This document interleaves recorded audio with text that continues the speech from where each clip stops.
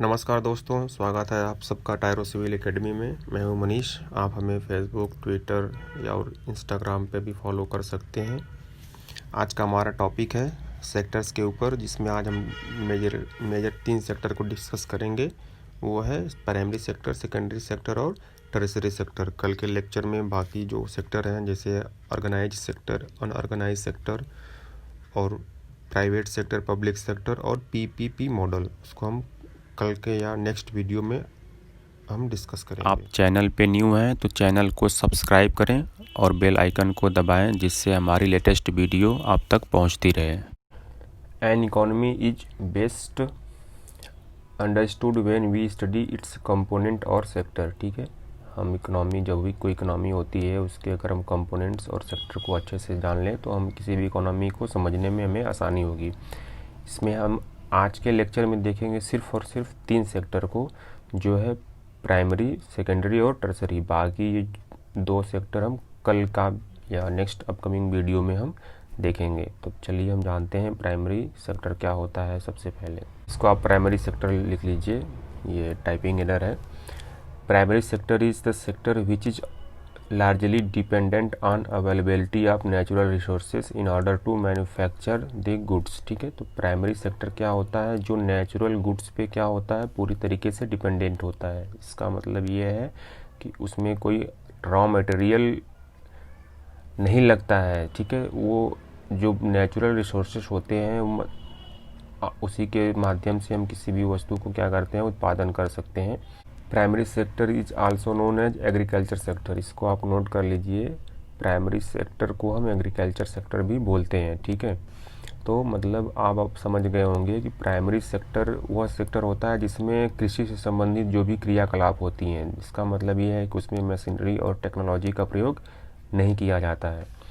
People engaged in primary activities are called red collar workers. ठीक है, आप इसको नोट कर लीजिए, कभी कभी पूछ देता है। जो प्राइमरी सेक्टर में जो लोग भी वर्किंग हैं, जो लोग भी इंगेज्ड हैं, उनको हम रेड कॉलर वर्कर्स बोलते हैं। प्राइमरी सेक्टर के कुछ एग्जांपल्स हैं, आप देख सकते हैं। एग्रीकल्चर हो गया, ठीक है, कृषि से संबंधित, माइनिंग हो गया, ठीक है, फिशिंग हो गया, फॉरेस्ट्री हो गया, डेयरी उत्पादन हो गया, ठीक है, हंटिंग वगैरह, ये सब प्राइमरी सेक्टर के अंतर्गत आते हैं, जिसमें कि आपका बहुत बड़ा टेक्नोलॉजी और मशीनरी का प्रयोग नहीं किया जाता है और सारी चीज़ें नेचुरल रिसोर्सेज के माध्यम से तय होती। अब हम देखते हैं सेकेंडरी सेक्टर। तो सेकेंडरी सेक्टर,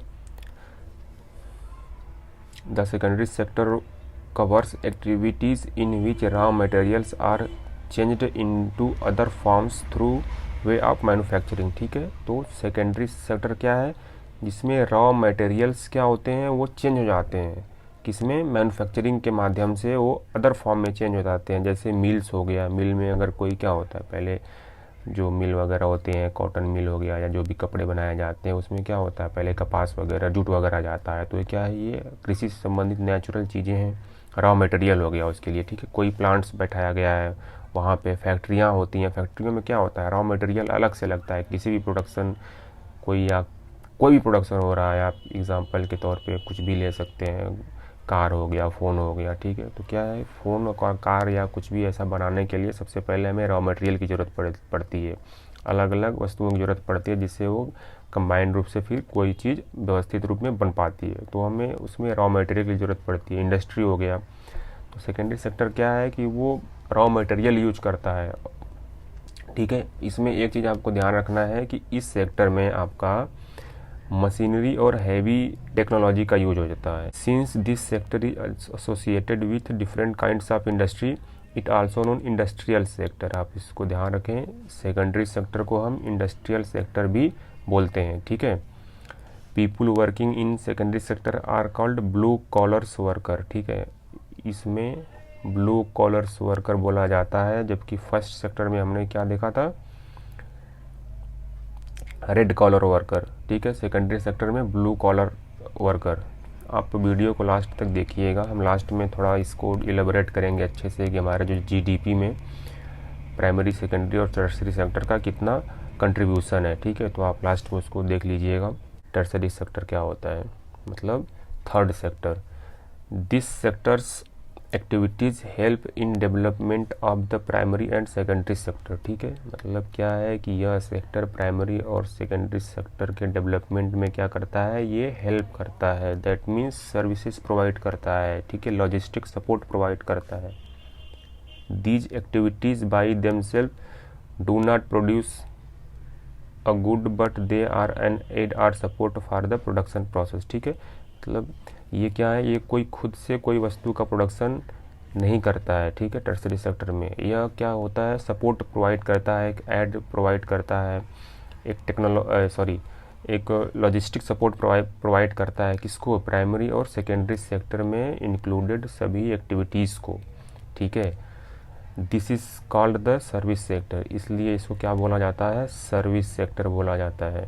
अब हम देख लेते हैं कि हमारा जो कंट्रीब्यूशन है जीडीपी में वो कितना है। ये डेटा आपका है जो इकोनॉमिक सर्वे है 2019-20 का। ठीक है, ये इसमें थोड़ा बहुत हर साल वेरी होता रहता है, तो आप इसको लेटेस्ट एग्ज़ाम में ही प्रयोग कर सकते हैं। बाद में अगर आप देख रहे हैं वीडियो तो ये आप थोड़ा सा अपडेट हो जाइएगा।